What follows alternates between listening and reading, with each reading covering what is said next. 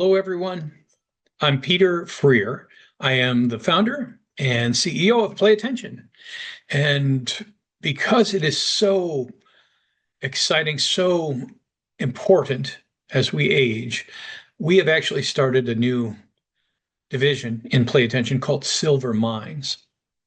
And this whole webinar is about how to start a summer plan for brain health with cognitive vitality and positive aging. It's super important for many of us.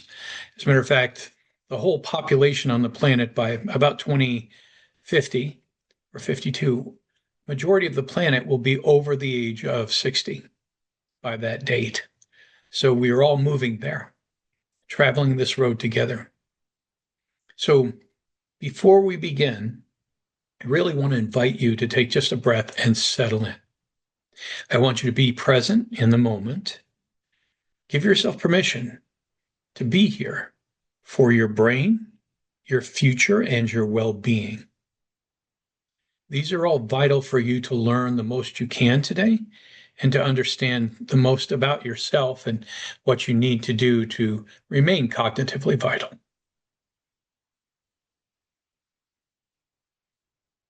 Now, this is a fantastic slide.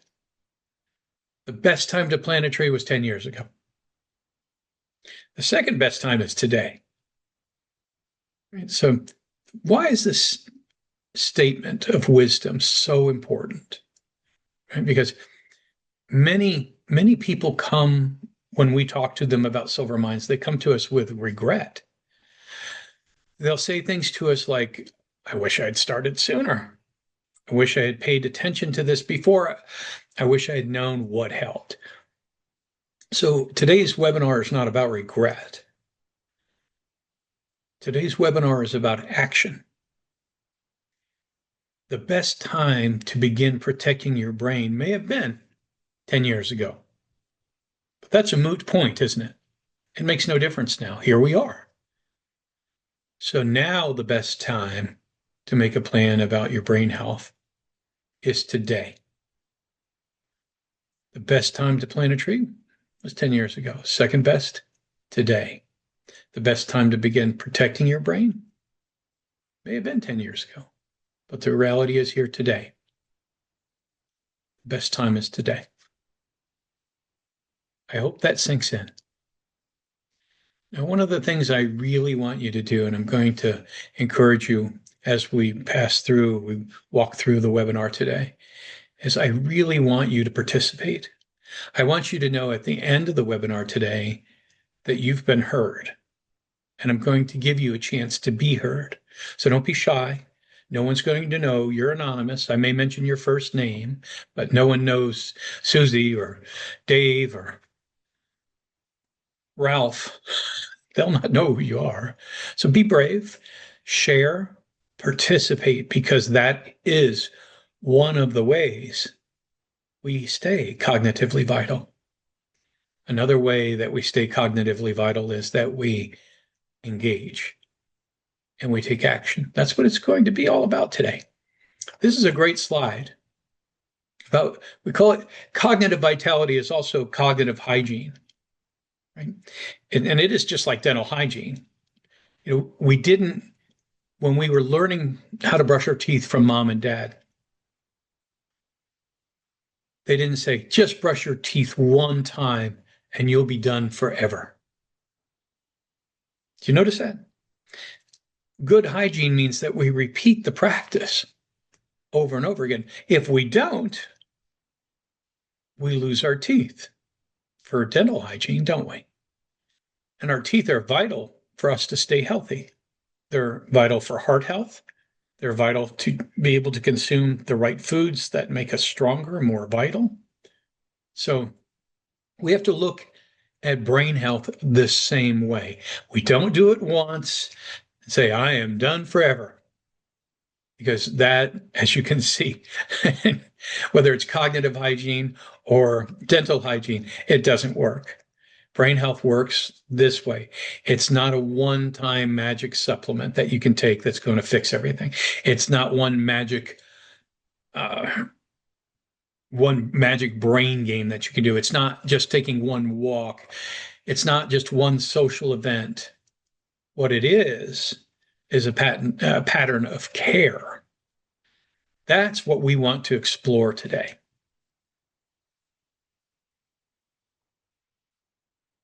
So here's your chance, your first chance to participate. In one word, what brought you here today?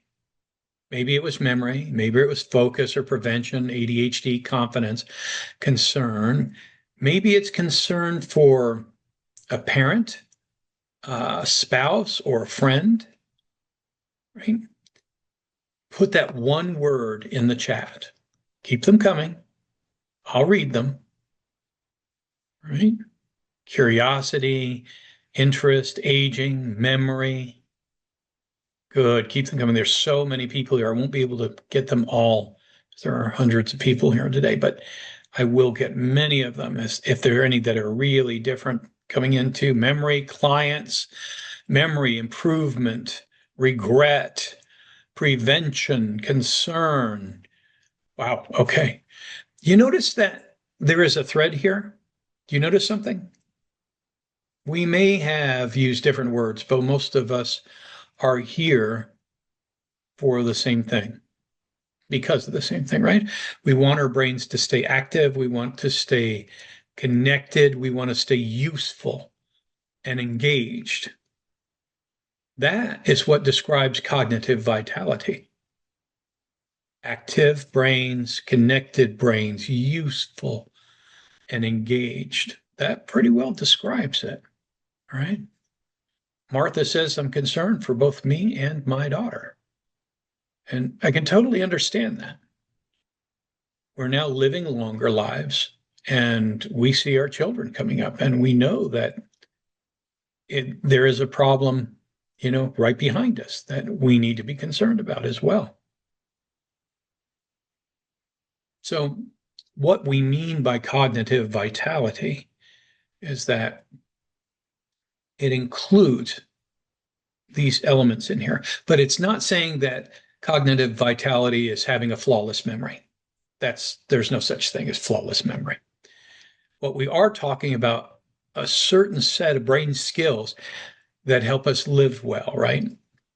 For example, paying attention. How much more will you learn today if you are actively engaged with me? You'll learn a tremendous amount more, right? If you're paying attention, you'll remember what matters most. If you're not paying attention, you pick up bits and pieces and you don't remember what matters most. We can make better decisions when we're in the moment and engaged. We can manage our emotions, regulate our emotions, and we can manage our flexibility in our minds. These are all important, all very important. And executive function is behind all of this. If you haven't heard that term before, it's the brain's core management system we term executive function, especially critical for adults navigating lifelong ADHD. And executive function is responsible for governing your ability to pay attention, your ability to remember what matters, making decisions, following through, staying mentally flexible, managing emotions, connecting with others, and learning new things. All of that is part of executive function. And if you don't have the confidence to do that in life, then typically you begin a downward spiral.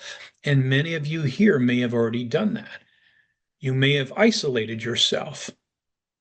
I don't want to get out there. I don't want to do it. I don't want to spend the energy on it. My brain's just not good enough to do that anymore. I don't want to embarrass myself. So there's a little vanity in there as well. But we have to understand those are obstacles in our way. And ADHD is not just a childhood issue. Almost 80% of the people with it in childhood carry it into adulthood. And many adults have spent years working harder than everyone else, just trying to stay organized, trying to stay focused, trying to stay emotionally regulated and on track. So when we talk about aging, focus, memory, and brain health, we also need to talk about executive function because that's all under the heading of executive function. I hope this is making sense to you. I hope it's clear. If not, ask questions. I'll do my best to answer you. So remember, it's the brain's management system. Executive function is what helps us start, stop, plan, remember, shift, organize, and regulate. Here's the hopeful part about all of that. These are skills we can learn, we can support, we can put into a plan.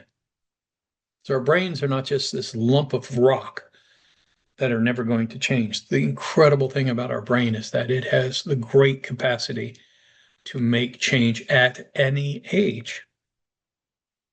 All right? Another time for you to become engaged now. You ready? Look at the list before in 1 through 8. Choose the one that feels most important, not a bunch of them, one that is most important for you right now. All right, type it in to the chat.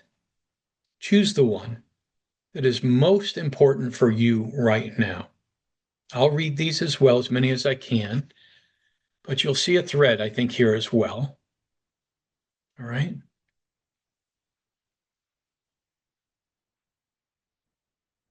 But a lot of people are saying following through. That's a huge one. Some are saying motivation. Some are saying social connection. Some are saying, I have lost my confidence totally. Right. And Helen said all 8. Shelby said all 8. Melissa said all 8. But you have to choose. I just need you to choose one. So instead of jumping on the all of them, right? Choose one. Come on, Melissa, Shelly, and Helen. Just one. Chelsea says number 3. Good. Okay. Motivation is huge. Nancy says, yeah, focus. I got to learn to focus. Okay. We're all here. All of these. Thank you, Shelly. Confidence. I love it. All right. Helen says, okay, follow through. All right. Good. Just one. And I always say this because when you learn that just that one thing, right? Know that this is all under executive function. It's all under that umbrella of executive function. And this is why Silver Minds was created. We made it because my wife's mother died of dementia, and it's miserable. My mom died of dementia, and it's miserable. And we thought, we have the technology, we have the know-how to improve this, and we're going to improve it. And that's why we gave birth to the baby called Silver Minds. Not everyone has the same concern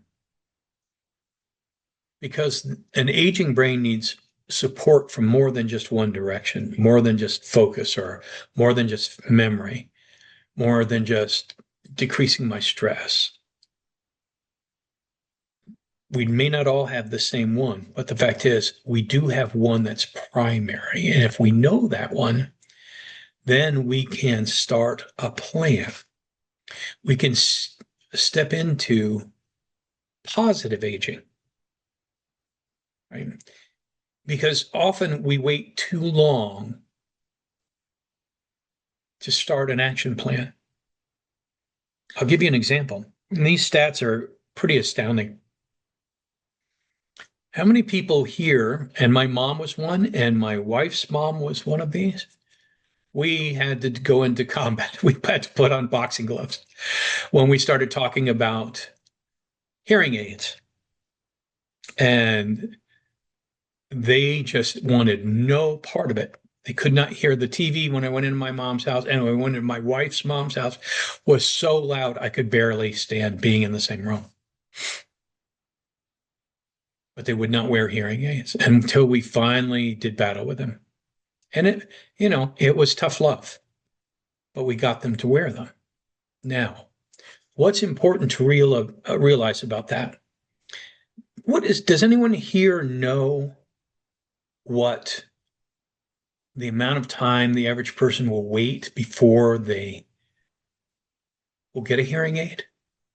They notice my hearing starts to diminish a little bit. And a lot of times I'll lean forward and go, what? Huh?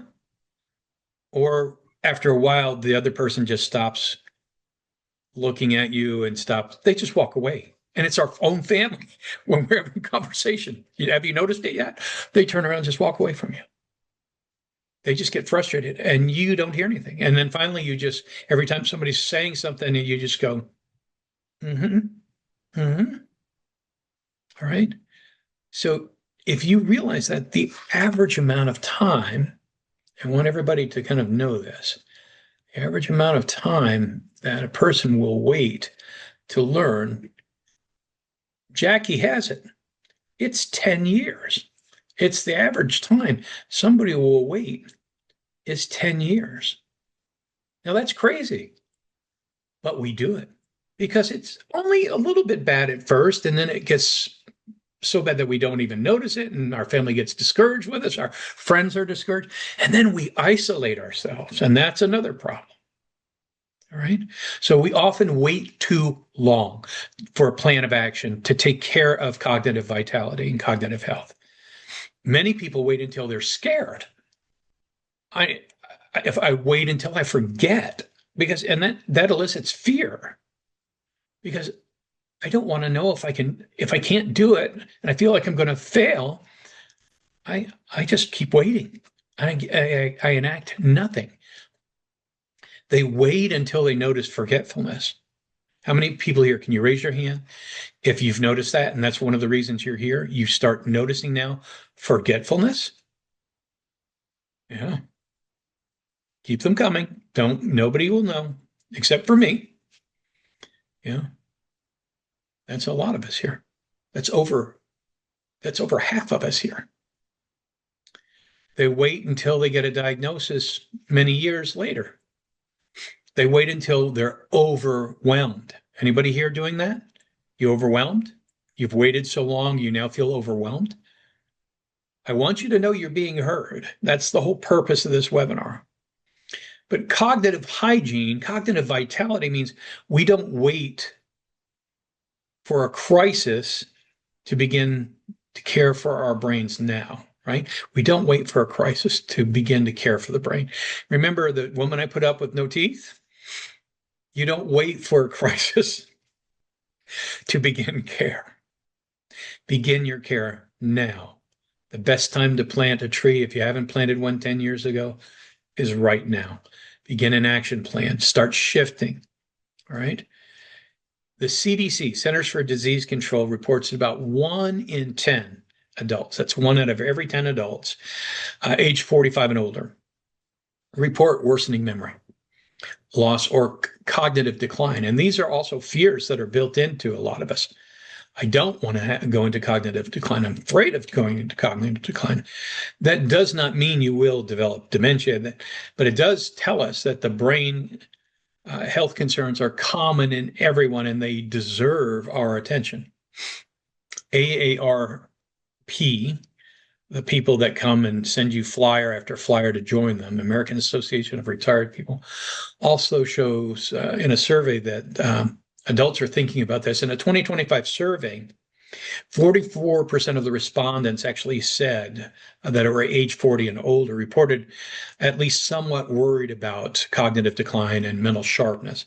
77% of them expected some cognitive decline.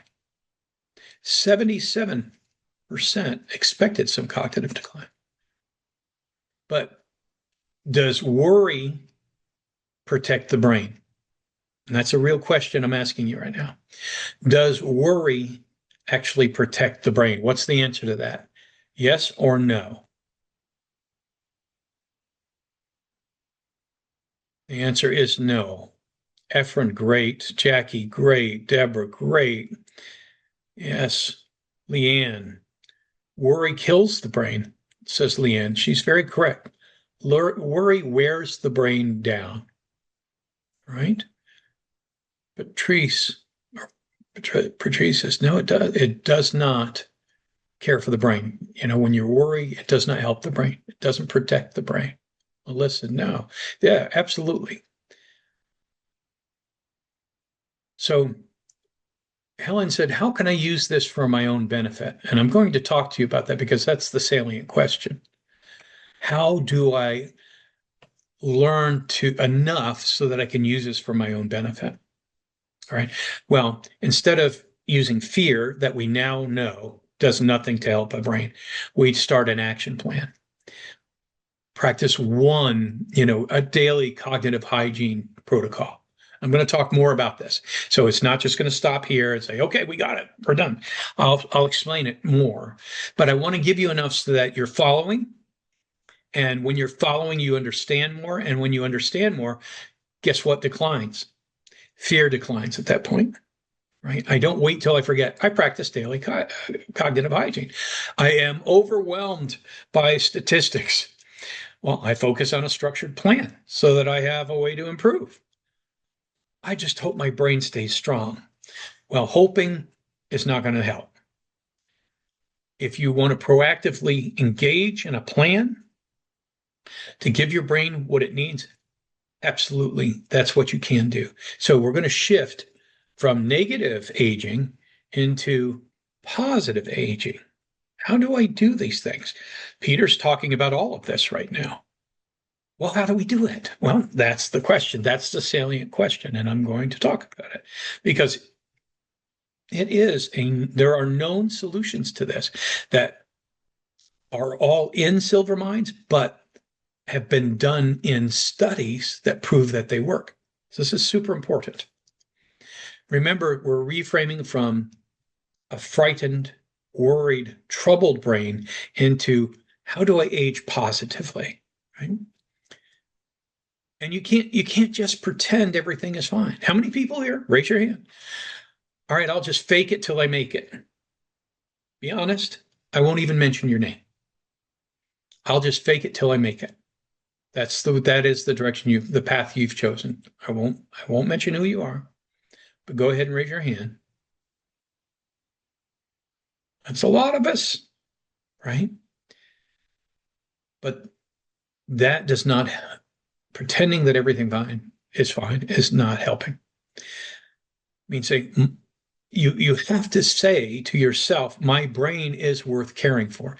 Your brain is the most valuable asset you own, right? I have very wealthy friends that got Alzheimer's. They had millions and millions of dollars. And what happens when you get Alzheimer's? Doesn't matter how much money you have because you don't know what you got and you can't use it. Somebody in your family's taking care of it and you're totally lost as a human being.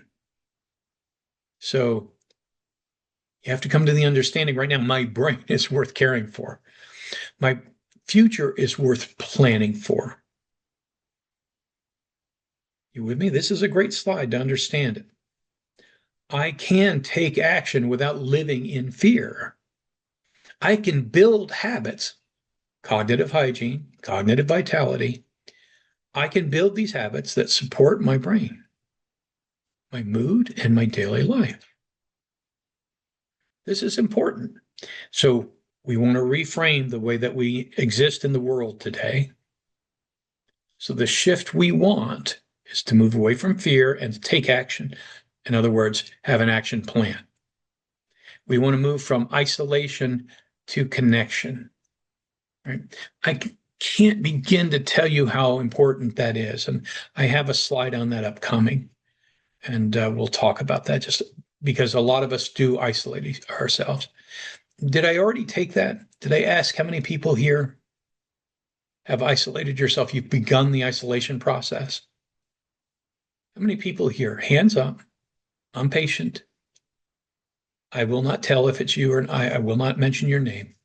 But how many of you have already started shifting away from going out, moving away from the book club, not doing anything, staying at home and hiding? Because you go down a very dark hole at that point. There is a whole cycle on doing that. If that's you, raise your hand. It's many of us. Oh, okay. That's about a third of us that have responded positively.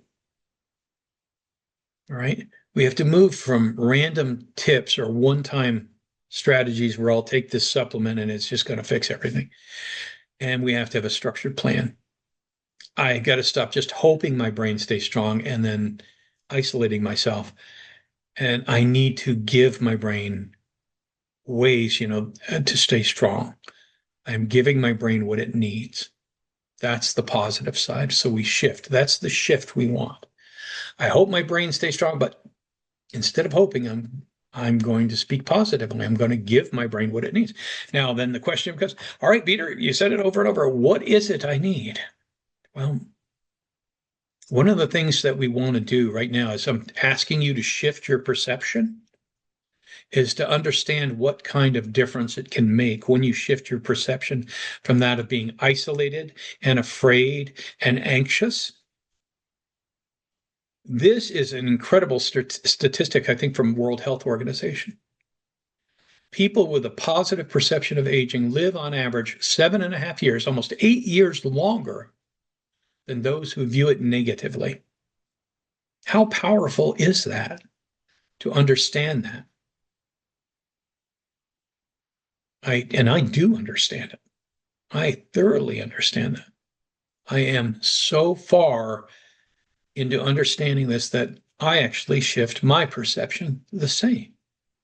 I can't live in the hopes that my hearing's just going to fix itself, or I'll just keep going, or if my memory is starting to slip and I do nothing about it. If my working memory is starting to slip and I do nothing about it. What I do is take action, and I view aging very positively. And that buys me, typically on average, almost 8 years of good life. Now, this is a study I want you to take note of. And yes, there have been several questions about this webinar, but the Pointer study, when you see this, you should look it up. The Pointer study was taken by the Alzheimer's Association. And it's looked at whether lifestyle interventions could actually protect cognitive function in older adults that were at risk for cognitive decline. They wanted to know what could be done and what was the recipe for success. And they found out. You can see the things here that they do. They said, number one, get physical exercise. Get up and walk. Walk around the neighborhood. Walk out in your yard. Move. Movement is life. And this is some of the most exciting research that's come out in this space. So it's a 2-year study. So physical exercise, just movement. Remember, movement is life. And then health monitoring. Make certain I am maintaining good physical health. Go to the doctor. Check my hearing. Make certain that I know my hearing is still good. All these little health tips and strategies, do them all, right? Then nutrition, having the right things to eat and not just living on junk food, right? And eating less. Cognitive exercise, the ability to train my brain, whether it's learning to play the guitar, learning a new language, right? Learning how to become a writer. These are all things that keep us in good cognitive vitality, having good cognitive vitality.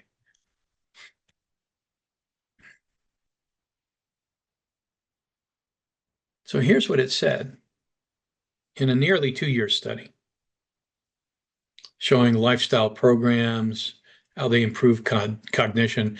And the requirement was structure, support, accountability, and community. I want us to read that again.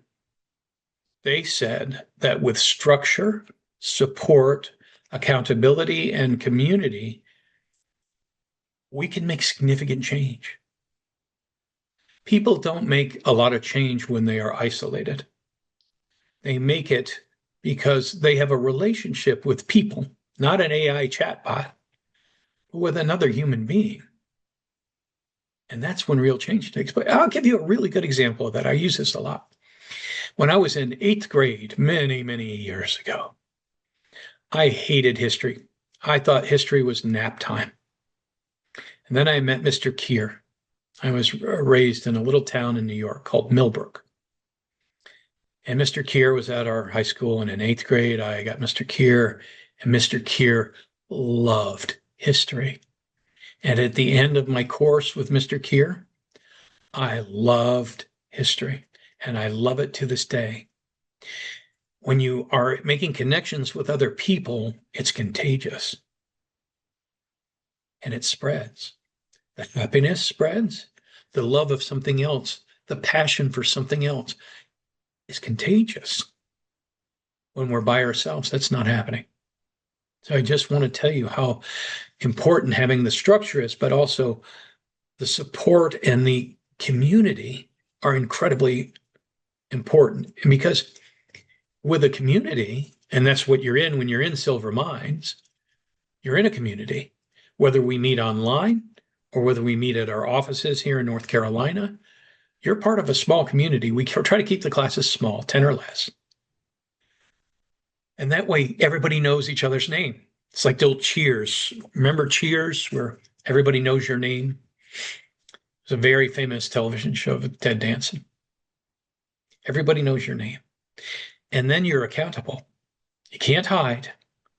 If you didn't do the work, then everybody knows. And then everybody goes, what can we help you with? What can we do to help you understand this, to get where you need to go? Super important. But the brain, what we learned from the Pointer study is that lifestyle programs really improve cognitive health. But the core insight is the brain thrives on these patterns of support, of community, and not being isolated.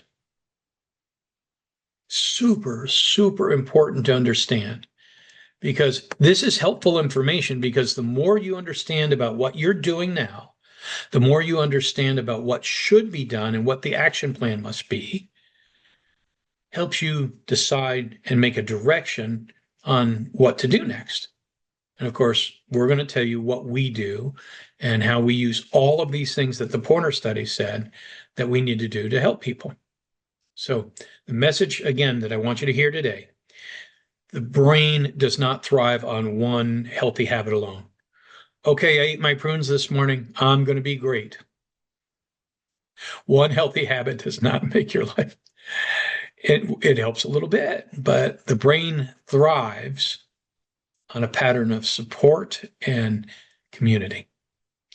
And Silver Minds provides a structured cognitive vitality program that incorporates all of the elements that we just talked about for lifelong brain health. So it's not just showing you what to do, it's teaching you how to do it so that you do it for the rest of your life. It's like teaching you how to brush your teeth, just like mom taught you, so that you don't lose your teeth. And we are teaching you how to work with your brain so that it stays cognitively vital. Make sense? Now you're still going, well, I still need to know how you're doing it. So we provide this structured program that incorporates all of the elements required for lifelong brain health. For executive function, all those skills that I talked about previously, whether it's paying attention, organizing, planning, starting and finishing a task on time, all of those things are under the executive function umbrella. So we use Play Attention. Play Attention is a neurofeedback device. You wear it on your arm, and it allows you to control the computer games that we give you to learn all of these skills, whether it's better memory, better spatial memory, better working memory, better short-term memory, whether it's finishing a task on time, where it's filtering out distractions, or just paying attention, are all controlled by your mind, because we give you an armband to do it, and it teaches you. It's an outstanding teaching method. When we did this with Tufts University School of Medicine, they had a grant funded by the U.S. Department of Education for ADHD kids in the public school systems. They did 3 randomized controlled studies Cost the U.S. Department of Education paid over $1.5 million for the study. But the results were fantastic on play attention. We had 5x, and they pitted us against just one thing. It was called brain games, that the type of brain games you can buy online. And then they had one group that got no intervention whatsoever, so you had a kind of a control. And so they thought, well, if your brain training is brain training is brain training. So if we're doing brain training skills from the internet and you're doing, neurocognitive training, what's the difference? Well, it turned out the neurocognitive students who just did brain games that they got from the internet made zero improvement in executive function. The play attention students had 5x improvement in executive function, 5 times improvement over that group. And of course, the group that got no intervention went nowhere, right? No change. What about attention with our play attention program? A 4x improvement in attention. No, it was a 5x, also 5x improvement in attention. The control groups, no improvement whatsoever. Then they asked for global outcomes in school performance. 3x improvement in global outcomes in school performance. The others, no improvement. So in the play attention program, they also looked at us in behavioral control, behavioral regulation, emotion regulation, all of that. We were 4x improved, and the other groups had no improvement. This is documented in medical journals. So we know this works. And it works on ADHD. It'll work for you. We've been using it for the past year in Silver Mines, and it works crazy good with folks. And that's only one of the elements, right? That's only one, right? So here's what I want you to do now that you kind of know what's behind all this. By the way, I did leave out these, and I'm going to mention them because they're super important. Remember, I said movement is life. So in this program, we teach you how to move. If you can't get out of your seat and you're seat bound, we can teach you how to move in your seat. If you want to study balance, we teach you how to study balance. If you need to learn how to just do small exercises from your chair or holding on to a chair and all that kind of thing, it's in our program. These are things you can do every day. As a matter of fact, I'm going to let you in on a little secret. I just had my hip replaced last Tuesday, and yet here I am today. And I can move my hips fine. I can walk fine. The PT comes to my house and she works with me, and I do exercises. And then the exercises she taught me to help my hip are the same ones you get from us, but they help you move. It helps your brain because remember, exercise encourages, it's like getting this spa treatment for your brain. And we teach you how to do that. So I now do the exercises every moment I get a free chance for. When I'm finished answering an email, I turn in my chair and I start doing my leg lift with my right leg. It's miraculous, really. But I do the exercises. I can't just do it one time and say, I'm done. I'm fixed. My hip's fixed. I have to do the work. And that's the truth to this, too. You have to do the work as well. We have mindfulness exercises that improve your breathing, help your breathing regulate mindfulness. We have them in play attention as well. We teach you new subject matter, just like you're learning right now, because we know when we teach you something new, your life changes. The other piece that I mentioned that's in here too, that's super important, is connection. You are then connected to an entire community that cares about each other, cares about each other's outcomes. That's when real change is made. Because you won't make a change just for an AI chatbot. You won't make a change just for a brain game. But when we add all these together, connection, executive function, movement, mindfulness, learning, becoming a lifelong learner and keeping your brain healthy. That's when we incorporate all of these elements. These are everything that the Pointer study said change the brain and make it better and provide cognitive vitality. Now you getting it? Now everybody's got it? I think there were a lot of questions when I said I had my hip fixed. So let me see if I missed anything here. Jackie says, I find that my online friends make a huge difference to my mental health. We encourage one another every day. Absolutely. Absolutely. And Jackie says, but I'm disabled, so it makes it very difficult for me to get out. I hear you, but you're doing a smart thing. And a lot of times, if you have a religious organization close by, they'll come visit. And it's important to have that kind of connection. Just a connection where people are coming in and you know they're concerned and you know they'll help. And thank you for everybody saying congratulations on the hip surgery. It's nothing that I wanted, but it makes a huge difference in the way that I'm able to move. So I'm glad I did it. I'm very glad I did it. And enough so that last Tuesday I have a piece of titanium in my hip right now, and I'm able to be with you. And that is a miracle in itself when you reflect on it. So here's an interactive reflection that we're going to do together. All right. I just want you to take out one piece of paper and you're going to write the sentence. You ready? Here we go. My brain needs more consistent support in, notice there's an ellipsis there, right?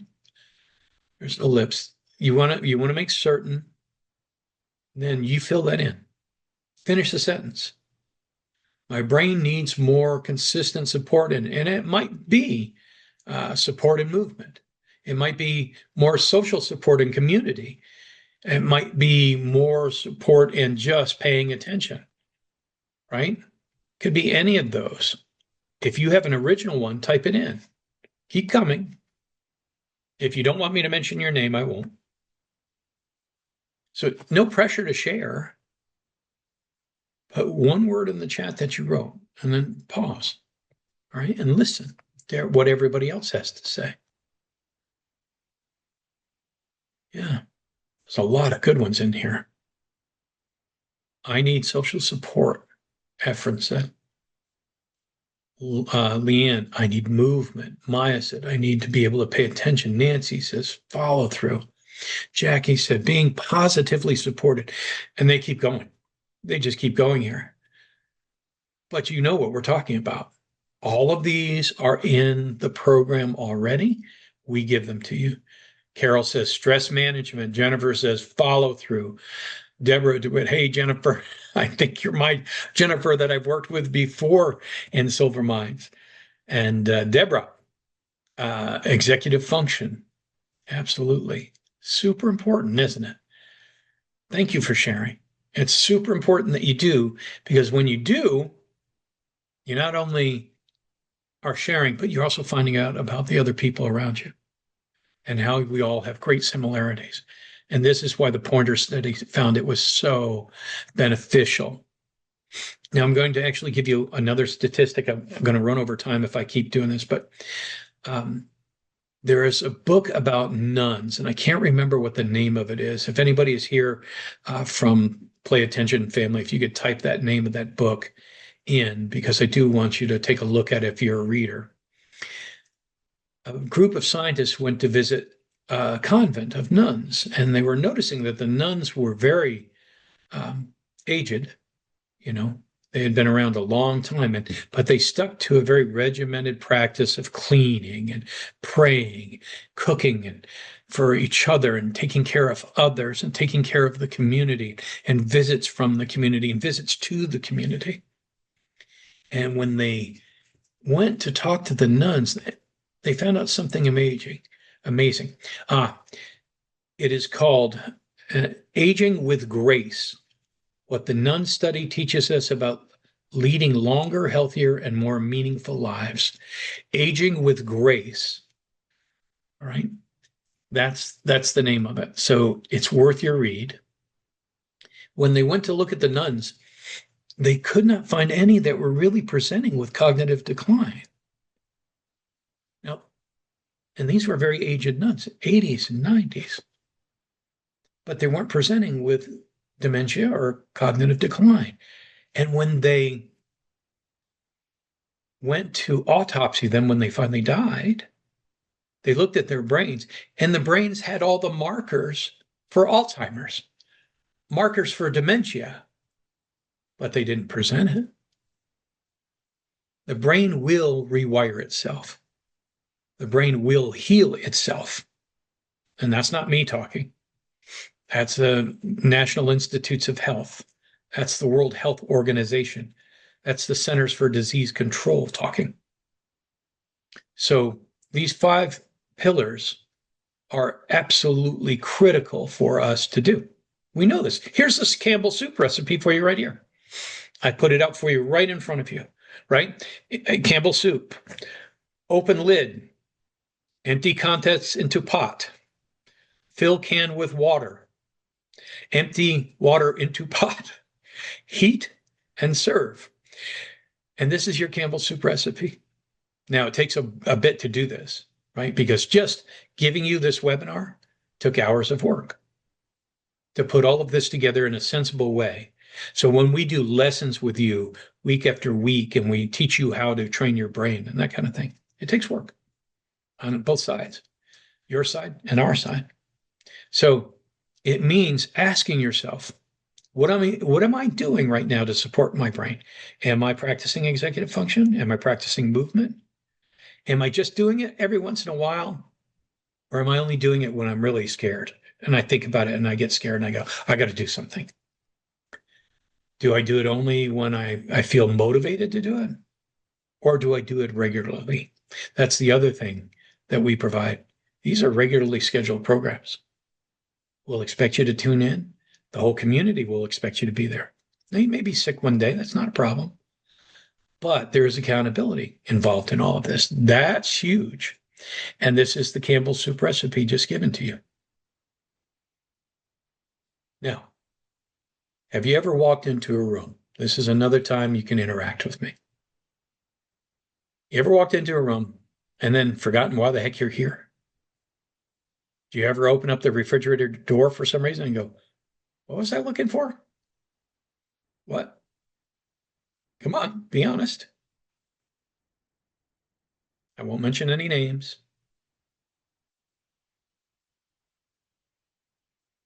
Yeah. Some people are saying daily. Some people are saying 2 or 3 times a day.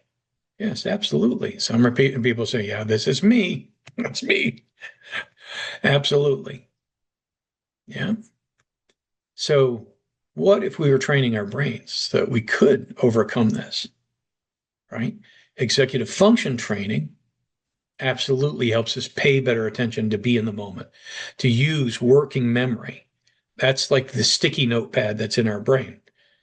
A lot of times when we get a little writing on that sticky note, it leaves very quickly. But if we actually learn to use working memory, we can make it stick longer. Control our impulses so we don't just impulsively do something. Go, why did I even come in here? Shift when a plan changes. Follow through. Regulate emotions. Stay organized. That's, excuse me, in Silver Minds, we use Play Attention's NASA-inspired neurotechnology. And that gives you incredible feedback. Remember, a little while ago, I said we put on an armband and we actually get to control the computer, but mind alone. And our good friend Cindy, Dr. Cindy, is here, and she uses it, and she's remarkable. And Cindy could tell you all about it if she were here giving this lecture, right? This webinar. But it is telling that she wants to learn everything she can to provide help for others than just herself.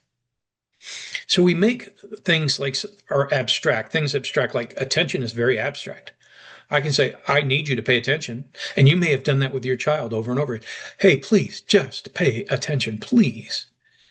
And the kid looks at you and says, I'm looking at you. I'm paying attention. And you know that they were not paying attention when you're talking to them. You know, but they don't know what you're talking about, right? So when they don't know what you're talking about, it's very difficult.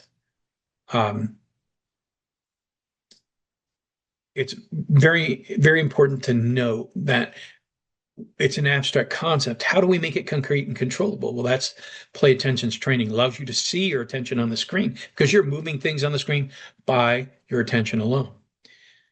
Leanne said, one age group was trained that you must have participated in, that multitasking was the goal. multitasking, and she says, it was so bad for your brain. And you are absolutely, Leanne, you're absolutely right. Multitasking is not something we should do. It's not. It's so bad for your brain. I'll give you a good example. I work with the auto industry because we build headrests that read the brain of the driver. These will be coming out in just a few years. And they look at brains of people who are texting and driving. Well, it's shown us that our attention is so bad because we're trying to multitask. It's more dangerous than drunk driving. All right. It's super important to understand all of this and that there are consequences of not, participating, not doing something. All right. Especially important for adults who have ADHD or lifelong executive function challenges. You've been doing battle with it, for 50 plus years. And it's not changed. It's not going to go away. And it may just get worse as you get a little bit older. But you can do something about it. No need to live in fear. You can do it. Right? So, have you ever read and reread the same paragraph 3 or 4 times and you still can't remember what it was, what you read? Have you ever had a list, lost the list, and then made another list? These sound familiar? This is why it's so good to do executive function training. Super good. Movement. Remember, movement is life. All right. Now, we could do pillar movement, generating blood flow, rhythm, and it really is so cool to be doing this if we were doing it together. All right. It's not just for the body. If we just do, hand up and we put one leg out and we cross our body and touch that leg while we're seated, and we take our other hand, put it up, and we go across and touch that other leg. That movement is a 30-second reset, right? And we can do it together. All right. When you do that, let's just try that. I've got a clock right next to me. We'll do it. I'm running a little bit behind, but let's do it. So let's take our hand, put it up. Now I'm going to touch this is my left hand. I'm going to pick up my foot. I'm not going to stand up. I'm just going to pick up my foot from my bad hip, from my new hip, and I'm going to touch it. And I'm going to put it back down. And I'm going to put my other hand down. That's our first one. Let's do it again. We're going to go for 30 seconds and put it down. And we're going to put the other hand on, and we're going to touch. Here we go. And down. You put the other hand up. If you can't touch it, just reach as close as you can to touch it and put it down. Switch. You'll be surprised how quickly this goes by. Again, here. Breathe while you're doing it. Relax, breathe. This is a reset. This is to make my brain just change and get in the moment. Follow me. Here I go down with my right hand touching my left foot. Left hand to right foot. Here we go. Almost there. And we are done. Now, 30 seconds. Deep breath. And that's just a great moment of reset for the body. It's also for the brain. The Center for Disease Control states that physical activity can help people think, learn, and problem solve, support emotional balance, improve memory, and reduce anxiety and depression. They also note that any amount of physical activity can help. Any amount, just that 30-second reset is good for your brain. And that last part matters. We are not here to shame anyone to becoming a marathon runner. Right now, I could use my walker maybe to in the marathon. But I am making it better every day. But we are here to help people move in ways that are realistic and that you can do every day. Just might be walking, maybe going out and grounding my feet in the grass. It might be seated movement. It might be a balance practice. All of these are super important and that you can do them every day, right? You can put your feet on the floor, roll your shoulders back, right? There are so many things that you can do and you just do them each day. And that's what I told you about earlier. My PT showed me the exercises every chance I get. I do a few of them. Don't have to do it as if I'm on a marathon, but I am noticing I've got more control over my leg in the last 2 days than I've had since this operation. It's amazing. And that is helping my brain. Brain health can happen in small moments. And you just have to repeat those small moments. Mindfulness. Put your hand on your chest. Let's breathe in through our noses as much as you can, and then out nice and calmly through the mouth. Let's do that again. Let's do 3 of them. So in, and now let's go out. One long one. And one more. Very relaxed and out as long as you can. Now, mindfulness, I don't think about anything else when I do that. I just listen to my breathing. That's mindfulness. And we can do a little at a time. It's like recharging our battery. I'll do a little bit, I'll recharge it a little bit. I do a little bit more, I'll recharge it a little bit more. So it's not about sitting still for an hour with a blank mind. You can't do it. For many people with ADHD, that feels impossible, and it really is. Mindfulness can be simple. It can be doing just what we did right now. And we have games of mindfulness in Play Attention where you're actually controlling a candle flame right on the screen by mind alone. The more mindful you are to it, the bigger the candle flame. You start losing it and you go, what bills do I pay tomorrow? What do I have to make for dinner tonight? Who am I meeting with? The candle flame will go like this, small. You breathe, the candle flame will get bigger, right? Mindfulness can be that simple. It can be one breath, or it could be one pause, one reset, one moment of noticing, one moment of choosing your response rather than acting impulsively or automatically. You can do them. You absolutely can do them. Meaningful learning. Become a lifelong learner. Your brain will love you for it. It could be anything you want. Do you want to learn to be a better cook? Do you want to learn to be a neurosurgeon? You can study for it. You want to learn a new language? Absolutely. Can you? Absolutely. Will it take as long as a 5-year-old? It might take longer. There's a lot of baggage we're carrying. There's a lot of data up there, but you can't do it. Becoming a lifelong learner is very, very important. The brain loves this challenge. If you present it with challenge, the brain goes, huh, well, then I'll live up to that challenge. Let me rewire this for you. So it's not panic, it's not pressure, it's not embarrassment. It's just meaningful learning, meaningful challenge. That lowers your fear and then builds your confidence. Learning something new asks the brain to form connections. It invites attention, memory, problem solving, and persistence, when you do it. And I know we just did a class, and one of the classes had to learn a poem. Remember when we used to do that as kids? And we had to engage our brains, and then we had to be able to recite it. Super important. Could be just learning a new recipe. Could be writing an article and writing a review of that article. Trying a new hobby. Practicing our handwriting skills, our cursive handwriting skills. Joining another class. Pottery class.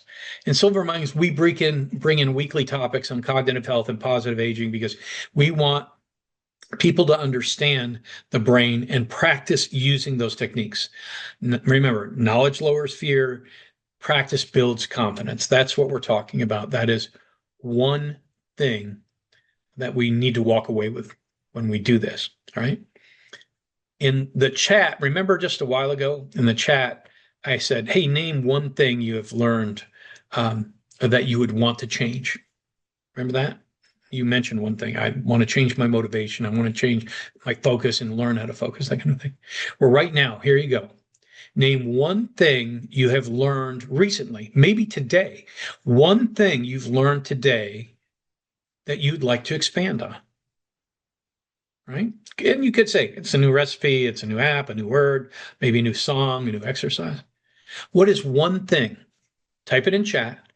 Type in one thing that you learned today that you could walk away with because now you know what it takes to make your change.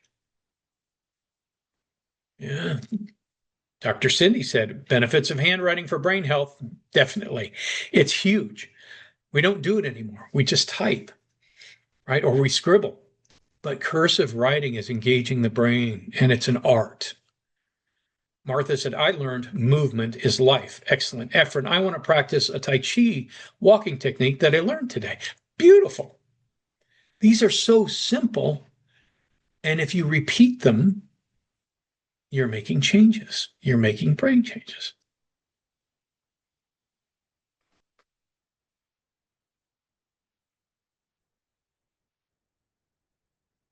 We're almost done. Thank you for bearing with me. Social connection. I can't tell you how important it is. This statistic should shock you. If you isolate yourself, it is as harmful as smoking 15 cigarettes a day. Is your mouth open after hearing that? If you are isolating yourself because you don't want to be in a community, you don't want to connect with anybody anymore, you're just afraid. The harm done by that is the same as smoking 15 cigarettes a day. In other words, it increases your risk of dementia by almost 50%, by a factor of 50%. Now, are you shocked? Remember when I said this is, Jennifer says, I'm going through Silver Mines now, and handwriting is like a superpower for me. Nancy says, I walk with friends weekly. And that's beautiful because you can converse. And if you want, you could be mindful if you want. But staying connected means I'm not afraid to get out, reach out, and it increases the risk of dementia by 50% if I am going to stay isolated. So not a good thing. If you are living like that, it's time to stop, get into Silver Mines.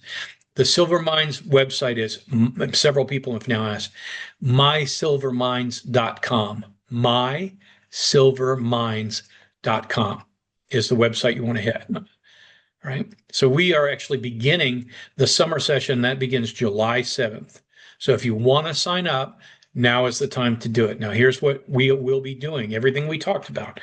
Remember, everything in Silver Mines is designed under the basis of what works in real life. All right. It begins July 7th and it runs for 8 weeks. So it's like going to summer camp with us. We will meet twice per week online in Zoom, or you can come to our offices in Hendersonville, North Carolina. And we will be starting offices across the country here before too long.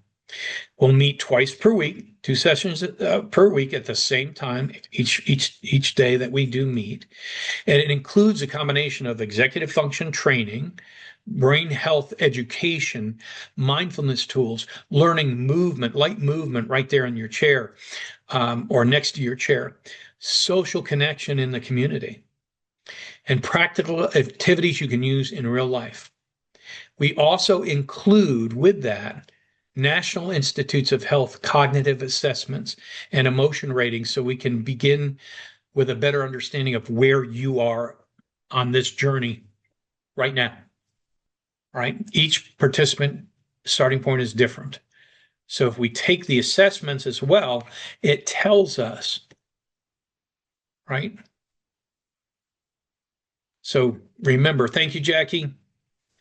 If you're ready to get this going and start, all of these things are included, right? Managing stress, all of that's included.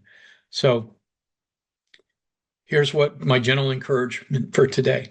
Do not wait until fear is the motivator. Do not wait until you feel isolated. Do not wait until focus feels hard, or do not wait until memory concerns take over. Do not wait until your hearing goes. Do not wait until summer is gone. Let this be your action plan, not a scary plan, not an overwhelming plan, a hopeful, structured, practical plan. Now, if you want to do that, you can write down on your paper. This is an interactive one. You can enroll in your summer session, right? This summer, I will support my brain by. I will support my brain by joining Silver Mines. I will support my brain by practicing mindfulness. I'll support my brain by doing my Tai Chi walking exercise. I'll support my brain by reconnecting with friends. Well, what's important is that you do something. We love the Silver Mines program. It has helped so many people make so many great changes at this point. So thank you for spending the time with us. Let's go. Contact me now. If you want a consultation, it's free.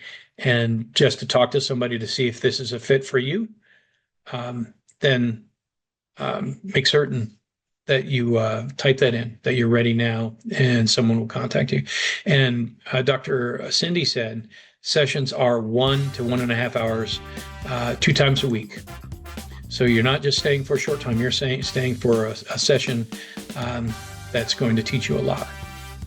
Thank you again. I really have enjoyed my time with you, and I hope to see you this summer sometime.